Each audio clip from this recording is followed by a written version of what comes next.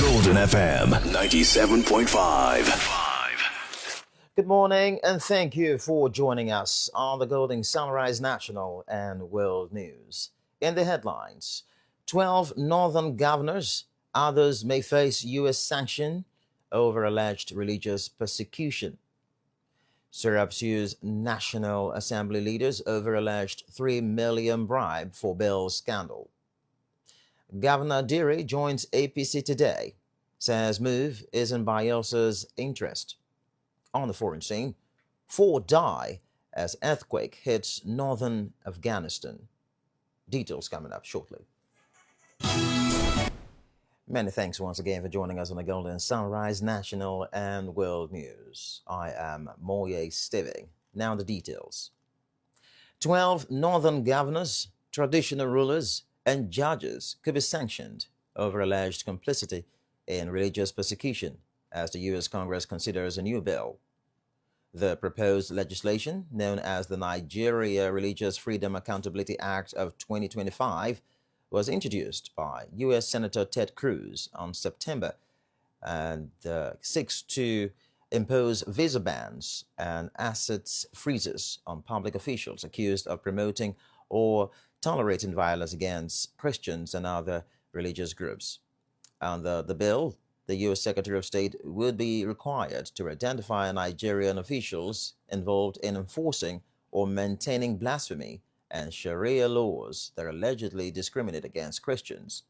The sanctions to be implemented under America's global Magnitsky human rights accountability framework could see top Nigerian figures face international restrictions if found guilty.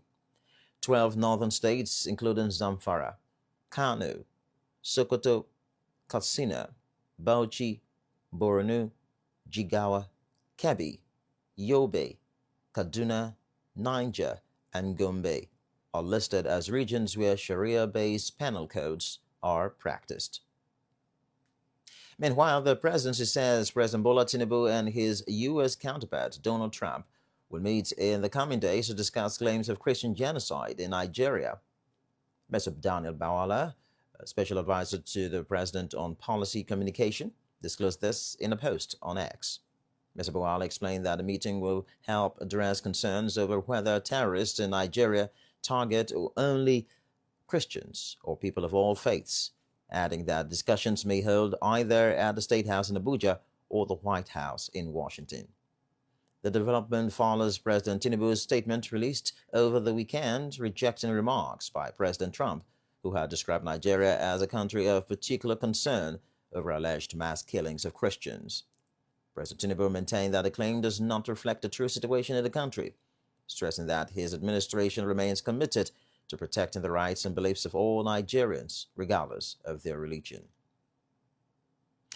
The Socioeconomic Rights and Accountability Project, SERAP, has taken legal action against Senator Godswill Akpabio, the Senate President, and Honorable Tajuddin Abbas, the Speaker of the House of Representatives, over their alleged failure to investigate bribery claims within the National Assembly.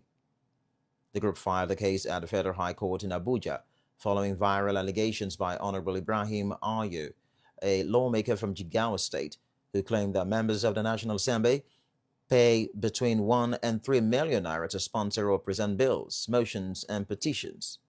SERAP is asking the court to compel Senator Akpabio and Honorable Abbas to refer the allegations to the appropriate anti-corruption agencies for investigation and possible prosecution.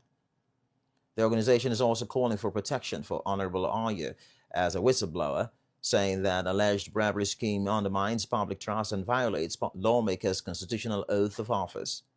No date has yet been fixed for the hearing of the case.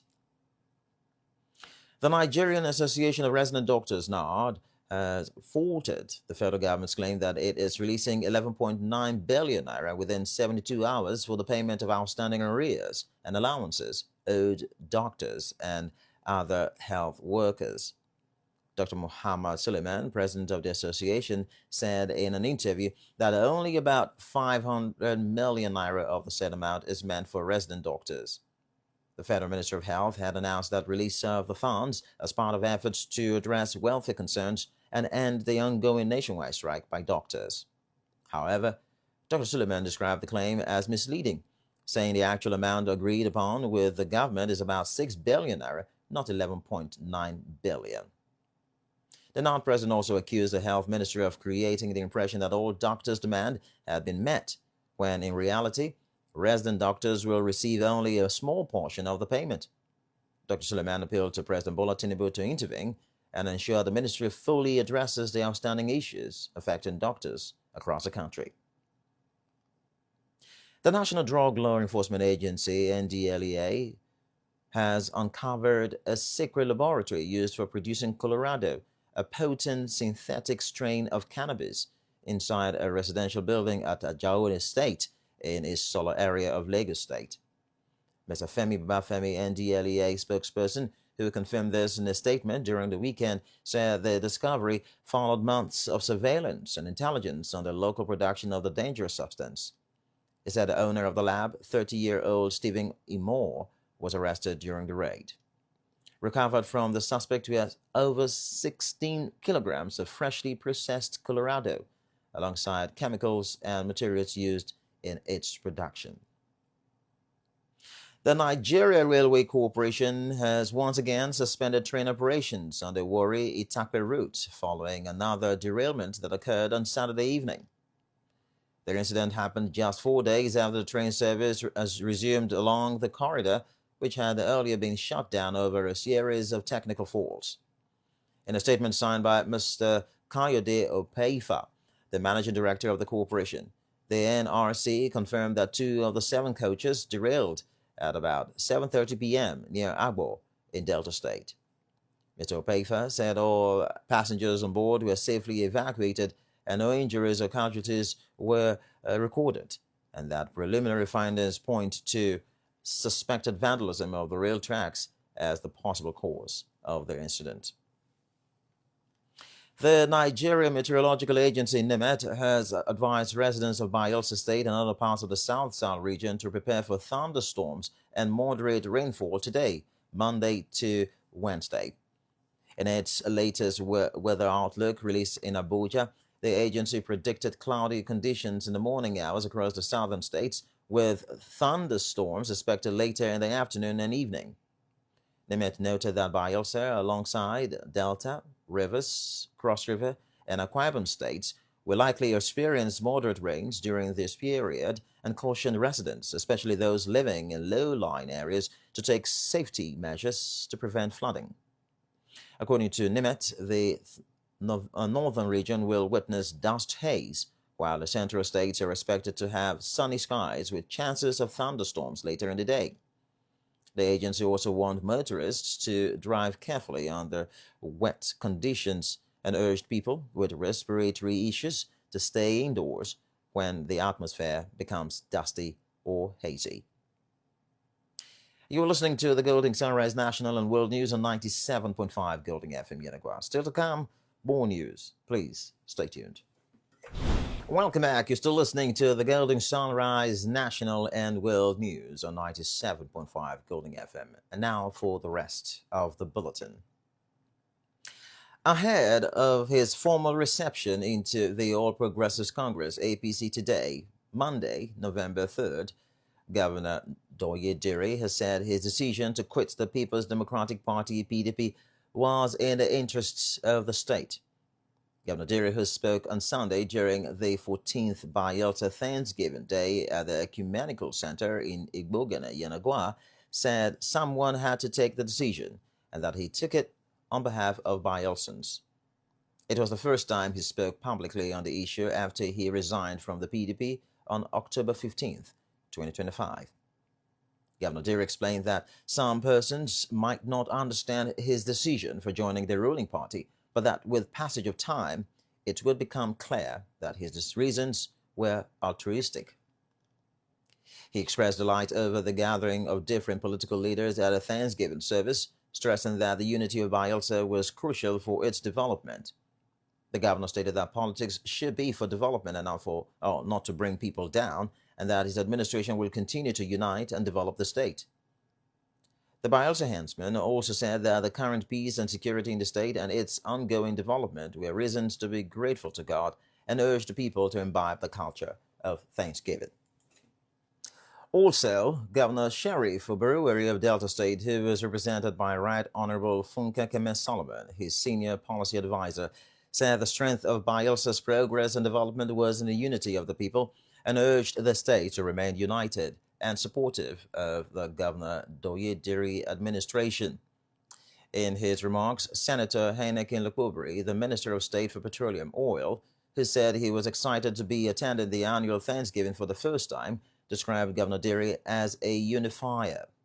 Senator Lukubri said the governor's recent political move was timely, as the state can no longer afford to be in a position when key developmental decisions were being made at the center.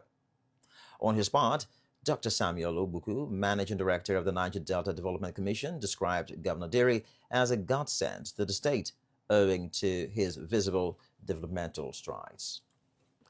Delivering a sermon titled Reasons Why We Should Thank God, Bishop Mike Okonkwo, General Overseer of the Redeemed Evangelical Mission, said Thanksgiving was important as God was always present at a time of need and does not forsake his children. In their goodwill messages, top government functionaries from within and outside the state all hailed the governor's development strides and stressed the need for people of the state to remain united. Dignitaries present at the well-attended event included Dr. Gloria Diri and Justice Patience Amadiri, wives of the governor, Senator Lawrence Arujekbo, the deputy governor, Hajia Fatima Tajuddin Abbas, wife of Speaker of the House of Representatives, as well as other top government officials. Popular gospel artist Asu Ikie ministered at the event. Honorable Azibapu Fred Obwa, the immediate past member of the House of Representatives who represented Ogbia Federal Constituency, has denounced his membership from the People's Democratic Party (PDP). Honorable Obwa, a fellow of the Nigerian Institute of Quantity Surveyors, announced his resignation in a letter addressed to the chairman of PDP Ward 7, Ogbia local government area of Bayelsa State. He stated that political parties exist as platforms for collective prosperity, and when such is elusive, decisive decisions become the order of the day. The former lawmaker stated that he has no regrets, having been a former commissioner for special projects and immediate past member of the House of Representatives, Ogbia Federal Constituency, on the platform of the party, and previously contributed to its development. The MAL2 born politician posited that his idea of politics is about development, stressing that politics being local is not an end but a means to an end, and that those with the same political ideas and ideals always meet. Honorable Bua, who said he identified with Governor Doye Diri's decision and wisdom in resigning from the PDP, thanked his supporters and followers across Ogbia local government area and Bayelsa State for embracing the new development. The Bayelsa State government, through the Ministry of Health in partnership with the Christian Blind Mission, has carried out 3 hydrocele surgeries at the Kayama Referral Hospital in Kolokomo-Pukuma local government area. The medical outreach, which began on Tuesday, October 28th, and ended on Saturday, November 1st, 2025, provided free treatment for patients suffering from swelling in their testicles across various local government areas of the state. During a visit to the hospital, Professor Seifa Brisibe, the Commissioner for Health, said the exercise reflects government's commitment to improving the health of Bayelsans. He commended the hospital staff for their dedication, describing their efforts as vital to building a healthier Bayelsa, and encouraged residents with hydrocele or related conditions to take advantage of the free surgeries. Mrs. Mariam Abdul Jalil, a representative of the Federal Ministry of Health, explained that hydrocele is one of the complications of lymphatic filariasis, a disease transmitted from infected persons through mosquito bites.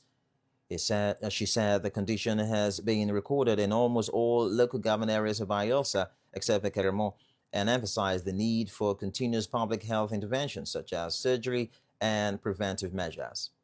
Also speaking, Mrs. Chioma Uzo Isiugo, the state team lead of the Christian Blind Mission, said about 80 patients benefited from the exercise.